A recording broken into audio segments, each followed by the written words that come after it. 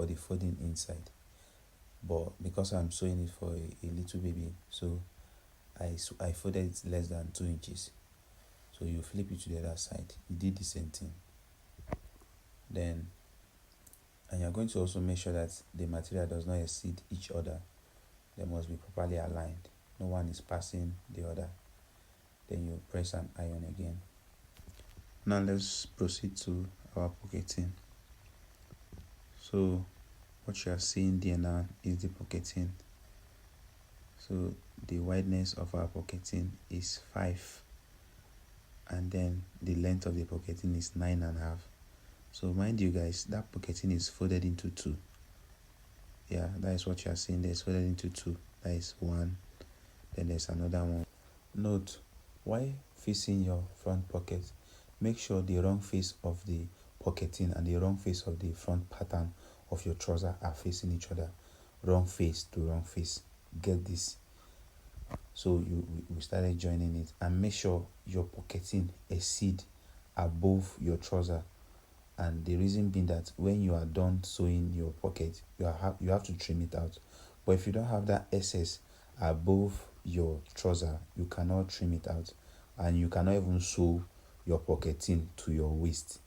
So you understand that very soon. So keep sewing it straight.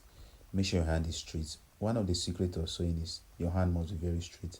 It shows professionalism. Now, some people, they sew this outside, but I decided not to sew this outside. But maybe in my next video, I will show you how to sew outside.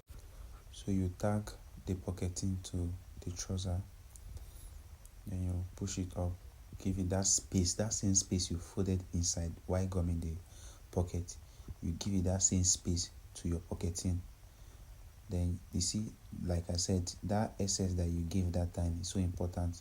If you have not given that excess, there's no way you can sew the pocketing to the trouser. So you turn it back, and then you notch the pocketing, not with your front pattern, only the pocketing. So when you are done notching, you turn it inside out. Then you sew your sewing space inside. So ensure you cut your thread properly. Once you are done sewing it round, you are going to push it back inside. Like you can see, you make sure you push it to the extreme end. Then you sew it outside again to make the pocket firm.